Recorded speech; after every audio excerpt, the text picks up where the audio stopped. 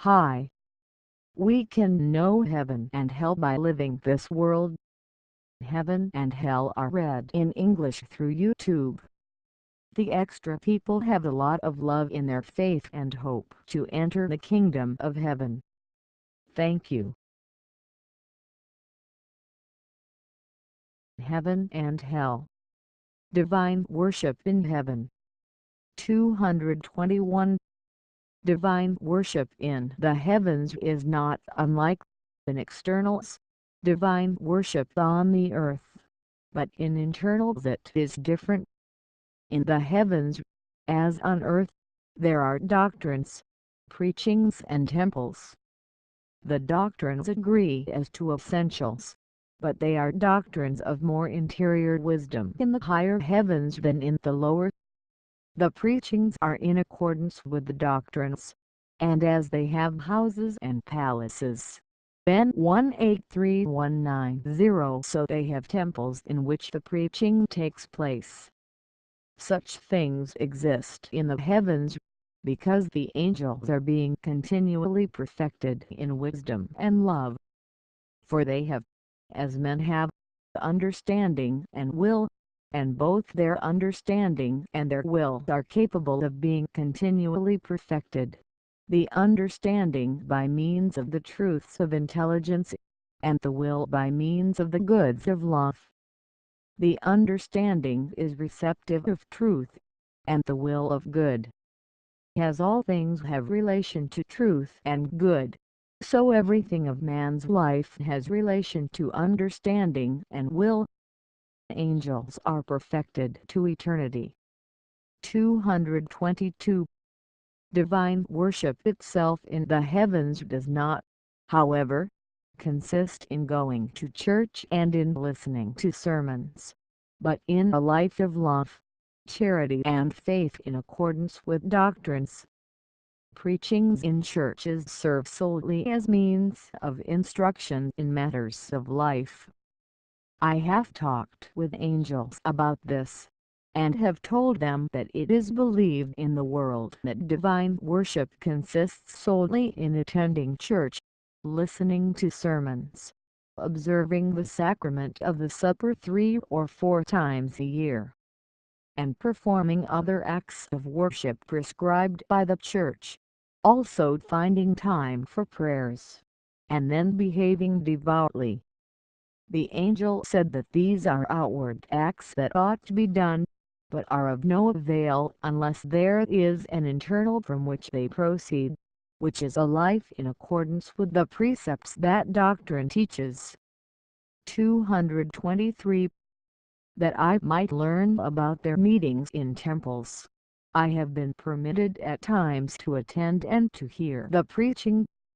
The preacher stands in the pulpit at the east. Those who are in the light of wisdom more than others sit in front of him, those who are in less light, to the right and left of these. They recline in the form of a circle, so that all are within the preacher's view, no one being at either side so as to be out of his view. At the door, which is at the east of the temple on the left of the pulpit, stand those who are being initiated. No one is permitted to stand behind the pulpit. If there is anyone there, the preacher is confused. It is the same if anyone in the congregation dissents, for which reason he must turn away his face. The preachings are made with such wisdom that they are not comparable with those in the world, for they are in the heavens in an interior light. The temples in the spiritual kingdom seem to be of stone and those in the celestial kingdom of wood. The reason for this is that stone corresponds to truth, in which are those in the spiritual kingdom, while wood corresponds to good number sign in which are those who are in the celestial kingdom. In that kingdom the buildings are not called temples but houses of God. In the celestial kingdom they are without magnificence, but in the spiritual kingdom they are more or less magnificent. Number sign stone signifies truth. Wood signifies good. On this account the most ancient people, who were in celestial good, had sacred buildings of wood.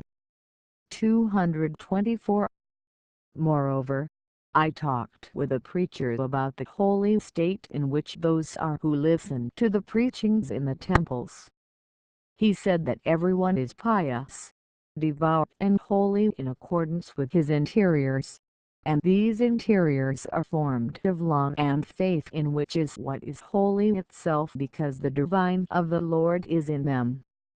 He also declared that he knew nothing about outward holiness apart from love and faith.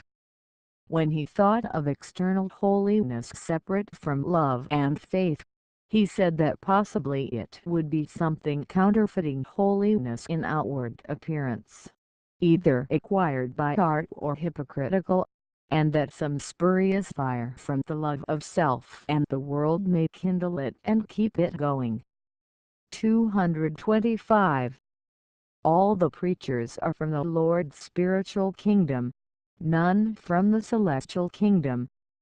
They are from the spiritual kingdom because the angels there are in truths from good, and all the preaching is done from truths. There are no preachers from the celestial kingdom, because those who are there are in the good of love, from which good they see and perceive truths but do not talk about them. Yet although the angels in the celestial kingdom perceive and see truths, still there are preachings there, since by means of them they are enlightened in the truths that they already know, and are perfected by many truths that they did not previously know. As soon as they hear truths they acknowledge them and thus perceive them.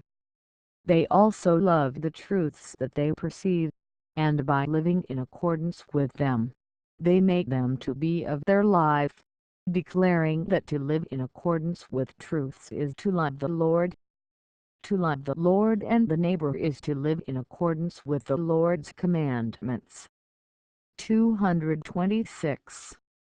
All preachers are appointed by the Lord, and have therefore the gift for preaching.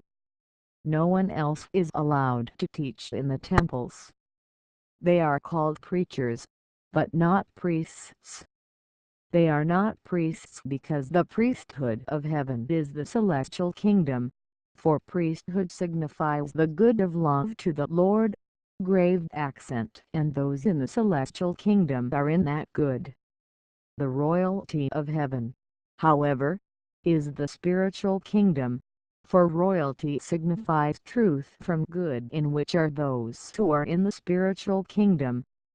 Number sign priests represented the Lord as to divine good, kings as to divine truth. Therefore, in the word, a priest signifies those who are in the good of love to the Lord, thus the priesthood that good.